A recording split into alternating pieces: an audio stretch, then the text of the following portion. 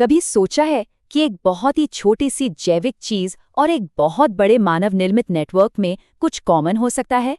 चलिए, आज इसी छुपे हुए कनेक्शन को समझते हैं जो एक कोशिका से लेकर सेवा तक हर चीज को जोड़ता है। सुनने में ये सवाल थोड़ा अजीब लगता है ना? कहाँ जिंदगी की सबसे छोटी इकाई और कहाँ हमारे गांव में चिट्ठी पहुंचाने वाला एक इंसान। लेकिन यकीन मानिए, इन दोनों के बीच का कनेक्शन हमारी सोच से कहीं ज्यादा गहरा है।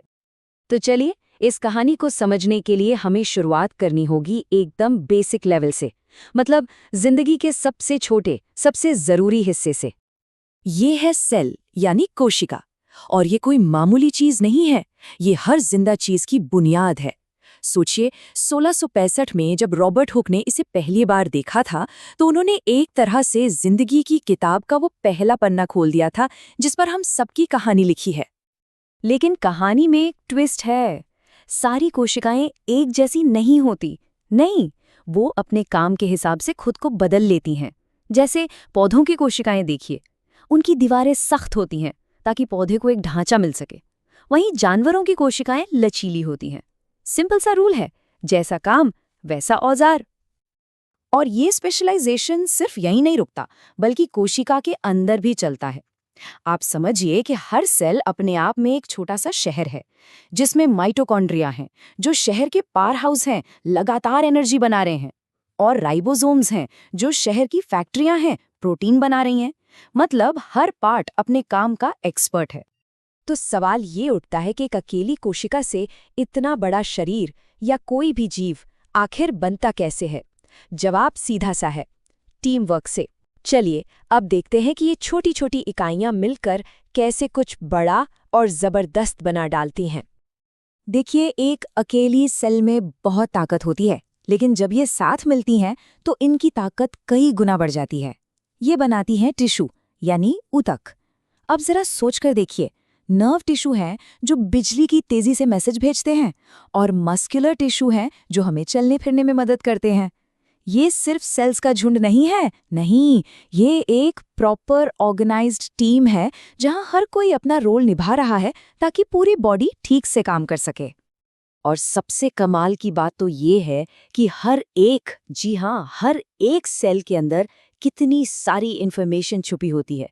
एक आम इंसान की कोशिका में 46 क्रोमोसोम होते हैं, मतलब पूरे शरीर को बनाने और चलाने का कंप्लीट ब्लूप्रिंट।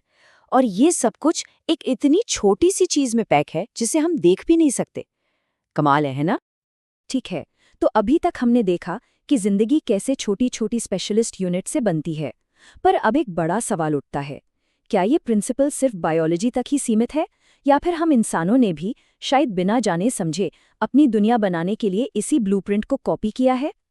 चलिए इसका जवाब ढूंढते हैं, और इसके लिए हम बायोलॉजी की दुनिया से बाहर निकलकर देखते हैं भारत के विशाल डार्क नेटवर्क को। एक ऐसा सिस्टम जिसे इंसानों ने बनाया है और जो देश के कोने कोने को जोड़ता है। और इस बहुत बड़े नेटवर्क के दिल में कौन है? वो है ग्रामीण डाक सेवक यानी जीडीएस। अगर हम पूरे पोस्टल सिस्टम को एक शरीर माने, तो हर जीडीएस उसकी सबसे जरूरी ह्यूमन सेल है। वो बेसिक यूनिट जिसके बिना ये पूरा सिस्टम चल ही नहीं सकता। और बिल्कुल वैसे ही जैसे बायोलॉजिकल सेल्स अलग अलग तरह के होते हैं, इस पोस्टल सिस्टम में भी हर यूनिट का अपना एक खास रोल होता है। देखिए, जैसे एक सेल के अंदर अलग अलग पार्ट्स होते हैं, यहाँ भी काम बटे हुए हैं। ब्रांच पोस्टमास्टर यानी बीपीएम वो एक तरह से मैनेजर है जो पूरे ब्रांच पोस्ट ऑफिस को संभालता है। फिर आता है असिस्टेंट ब्रांच पोस्टमास्टर एबीपीएम, जो स्टैंप बेचने, चिट्ठियां बांटने में बीपीएम की मदद करता है। और फिर है डाक सेवक, जो ये पक्का करते हैं कि सारे मेल बैग सही से अपनी जगह पहुंचे। मतलब हर कोई एक बड़ी मशीन का एक बहुत जरूरी हिस्सा है।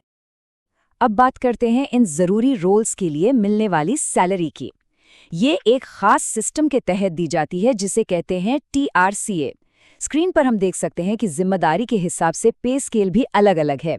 बीपीएम के लिए ये लगभग 12,000 से शुरू होता है और एबीपीएम या डाक सेवा के लिए 10,000 से।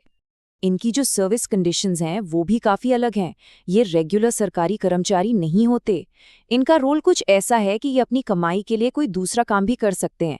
इनसे डेडिकेशन की उम्मीद तो होती ही है।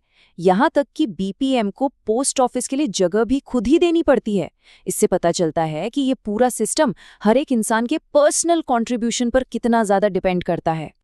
तो सवाल ये है कि ये ह्यूमन सिस्टम अपनी सेल्स को रिक्रूट कैसे करता है? इसका प्रोसेस भी काफ़ी सिस्टमैटिक है। ये स्क्रीन पर एक एग्जाम्पल टाइमलाइन है। हम देख सकते हैं कि रजिस्ट्रेशन, एप्लीकेशन और करेक्शन के लिए एक तय समय होता है, एक फिक्स्ड विंडो। इससे पता चलता है कि इस नेटवर्क में नई सेल्स को जोड़ने का जो तरीका है वो कितना ऑर्गेनाइज्ड और मॉडर्न है। और इस नेटवर्क का हिस्सा बनने के लिए जो क्वालिफिकेशन चाहिए वो भी बहुत प्रैक्टिकल है। जैसे 10वीं पास होना ज़रूरी है बेसिक एजुकेशन के लिए, लोकल भाषा आनी चाहिए ताकि लोगों से बात कर सकें, और हाँ, कंप्यूटर और साइकिल चलाना भी आना चाहिए, जो आज के ज़माने में काम को अच्छे से करने के लिए ज़रूरी है। मतलब हर रिक्वायरमेंट सीधे सीधे जॉब से जुड़ी हुई है। तो चलिए अब इन दोनों अलग अलग दुनियाओं को, यानी सेल्स की दुनिया और डाक सेवक की दुनिया को एक साथ जोड़ते हैं और देखते हैं कि आखिर हमने सीखा क्या। और आखिर में हम इस एक बहुत पावरफुल आइडिया पे पहुंचते हैं, एक सेल से लेकर एक सेवक तक। किसी भी सिस्टम की पूरी ताकत उसके सबसे छोटे हिस्से के काम पर ही टिकी होती है। मतलब सीधा सा है, सिस्टम चाहे कितना भी बड़ा और कॉम्प्लेक्स क्यों ना हो, उसकी असली जान उसकी सबसे छोटी यूनिट में ही होती है। और बस यहीं पर हमारी वो पहली पहेली सुलझ जाती है जिससे हमने शुरुआत की थी। एक सेल और एक ग्रामीण डाक सेवक में कॉमन क्या है? कॉमन ये है कि दोनों ही अपने अपने विशाल सिस्टम की सबसे बेसिक, सबसे ज़रूरी और स्पेशलाइज्ड यूनिट हैं, जिनके बिना वो सिस्टम चल ही नहीं सकता। तो अब एक सवाल सबके लिए, हमारे आसपास और कौन से ऐसे बड़े बड़े सिस्टम्स हैं, चाहे वो टेक्नोलॉजिकल हों, सोशल हों या इकोनॉमिक, जो ठीक इसी तरह किसी एक अकेली लेकिन बहुत ज़रूरी यूनिट के काम पर टिके हुए हैं? ज़रा सोचिएगा, इसका जवाब शायद हमें हर जगह मिल जाए। हमारे साथ इस सफ़र में जुड़ने के लिए शुक्रिया।